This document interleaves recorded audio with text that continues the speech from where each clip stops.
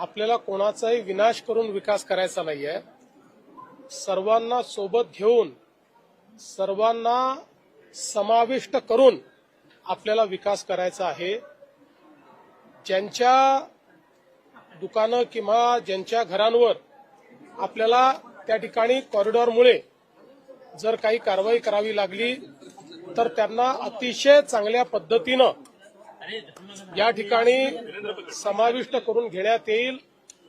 कोणाचंही नुकसान होणार नाही अशा प्रकारचा कॉरिडॉर तयार करण्यात येणार आहे. पण कोट्यावधी लोक या ठिकाणी येतात आणि त्यांची अव्यवस्था होत राहते, हे मात्र योग्य नाहीये. त्यामुळे सगळ्यांना सोबत घेऊन, आणि मला विश्वास आहे की ज्यावेळी आम्ही जनतेत जाऊ त्यावेळी त्यांचाही मोठा पाठिंबा आम्हाला मिळेल. कॉरिडॉरचा आराखडा एकदा पूर्ण झाला की सगळ्यांना विश्वासात घेतलं जाईल. आपण बघितलं असेल, काही लपवण्यात आलेलं नाही. सर्वांशी या ठिकाणी सरकारच्या अधिकाऱ्यांनी चर्चा केली आहे, सर्वांना प्रश्नावली दिली आहे, सगळ्यांची माहिती घेतलेली आहे. कुठेही लपून छपून काम चाललेलं नाही. जे काम आहे ते उघड काम आहे, उघड काम होणार आहे. कारण चोरी नाही आहे.